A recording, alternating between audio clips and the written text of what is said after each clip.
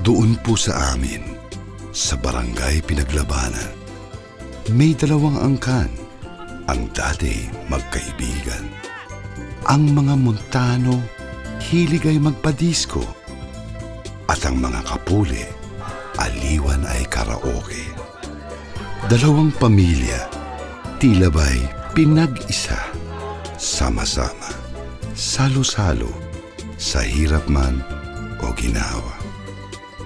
Ngunit subalit datapwat, pagsasamay di naging maluwat, nagmula sa pagsilang ni Julius Kapuling, kanilang bunsong anak. Pamilya natin lumalawak.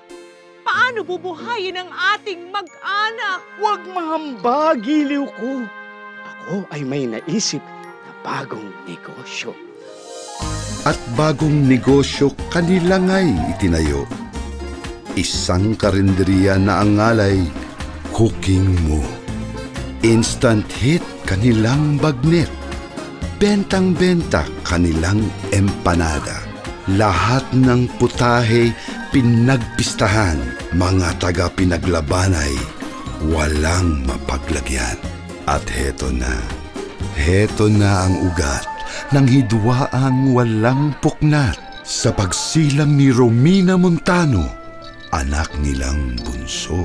Kainggit-inggit naman kanilang negosyo. Tingnan mo't umaapaw sa kalye ang mga tao. May naisip akong magandang ideya. Kung hindi na nila kaya, di ba't may lugar pa para sa isa? At yun na nga, sinabi na. Mga Montano'y nagtayo ng isa pa. Karinderiyang katabi mismo, karinderiyang karibal ng Cooking Mo. At nahati ang mga parokyano na humaling sa lumpiat batchoy ng mga Montano. Uminit ang ulo, kumulo ang dugo. Ang mga Kapule nagreklamo, sila raw ay nadehado. Ang kapal ng mukha ninyo! Bakit kayo lang ba ang pwedeng magnegosyo? Kami ang nauna! Pare, paalala! Tayo nasa isang demokrasya! Anong klase kayong kaibigan? Hindi kayo mapagkakatiwalaan! Hoy! Masakit ka nang magsalita! Mas masakit ito pag lumanding sa iyong mukha! Mga walang hiya! At sa rambulang iyan nagsisimula itong ating kwentong karinderya ng mga Kapule at ng mga Montano na ating tatawaging Cooking Mo, Cooking Ko. Lumipas ang halos 2 dekada. Ang magkaribal may kanya-kanyang loyalista. Pantay na pantay ang hatian sa tiyan ng mga taga-Pinaglabanan. Magtatapos na rin sina Julius at Romina.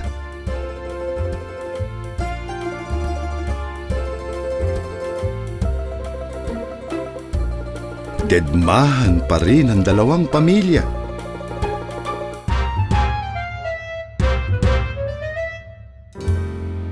Pero yun ang akala nila. Romina! Julius, Hindi mo ba ako namimiss? namimiss. Pwede bang makahingi ng isang kiss? Magkita tayo mamaya. Oo, mamayang 6:00.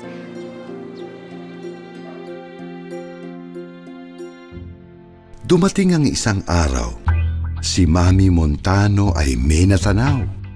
Bakit ang mga parokyanong dating kanila ngayon ay suma sa kabilang karinderya? Mang Pedring, nagluto po kami ng tulingang sinaing. Busog pa po ako. Salamat na lang, Iling. Aling Loida, halina't kumain, adobo sa gata at mainit na kanin. Next time na lang at walang tao sa amin. Nakapagtataka! Ano kayang bagong timpla? Meron ng bruha.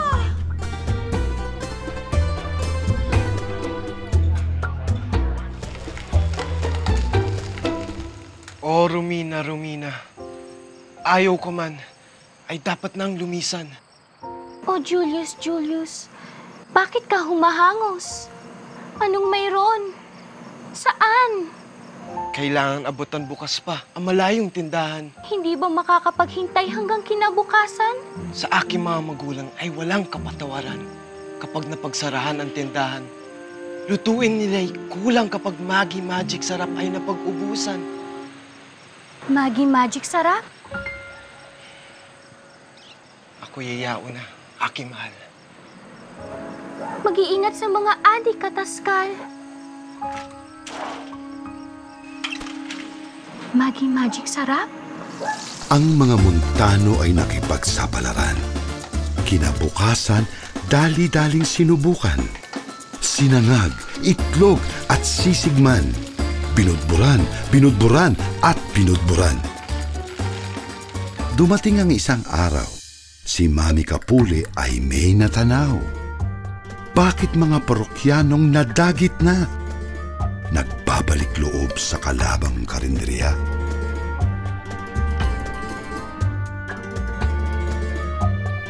Kinabukasan sa hapagkainan. Sa gitna ng usapan, si Julius ay biglang nadulas. Kanyang sikreto'y naibulalas. Nabanggit mo kay Romina ang sikreto ng ating pamilya. At bakit ikay nakikipagkita sa anak nilang demonyita? Si Romina hindi demonita. Sa katunayan, mahal ko siya. Hindi napigilan ang pag-usok ng tenga. Dali-dali, nagdeklara ng bagong giyera.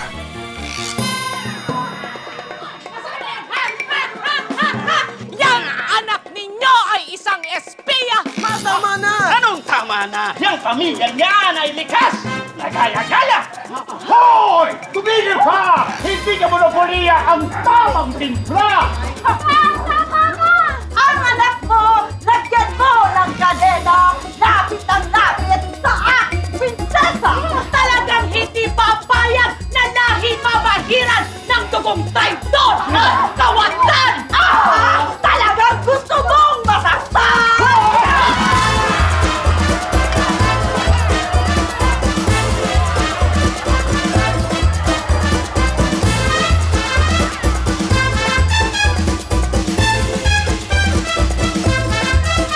Bagong bakbakan ang pinagpiestahan ng mga taga-pinaglabanan.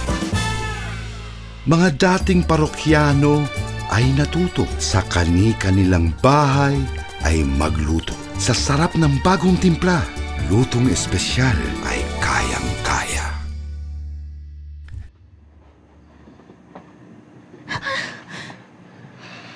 Wala na silang magagawa kapag tayo'y kasal na. Baka tayo itakwil. Tanggalan ng mana.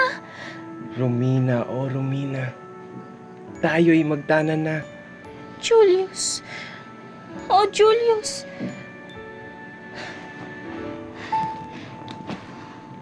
Sige na nga. Bahala na.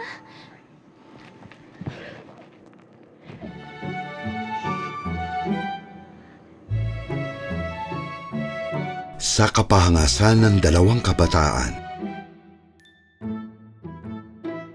di na mapigilang itigil ang bangayan.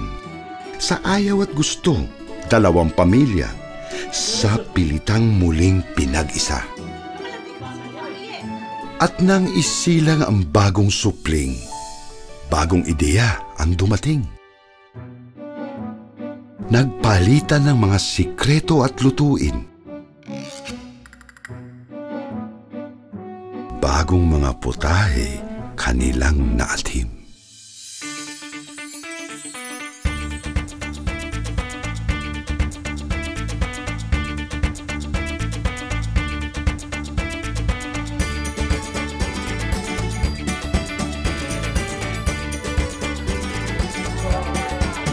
At pagsasamay may bagong bansag. Hindi na cooking mo at hindi rin cooking ko, kundi cooking nating lahat. At yan ang kwento ng dalawang pamilya. Sa sarap ng timpla ay muling pinag-isa. Sama-sama, salo-salo sa hirap man o ginawa. inyong pagdamutan itong aming pinaghandaan. Tikman mo itong mga ulam at yakong iyong may ibigan.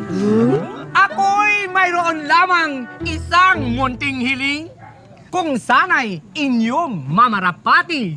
Sige po, Mang Pedring.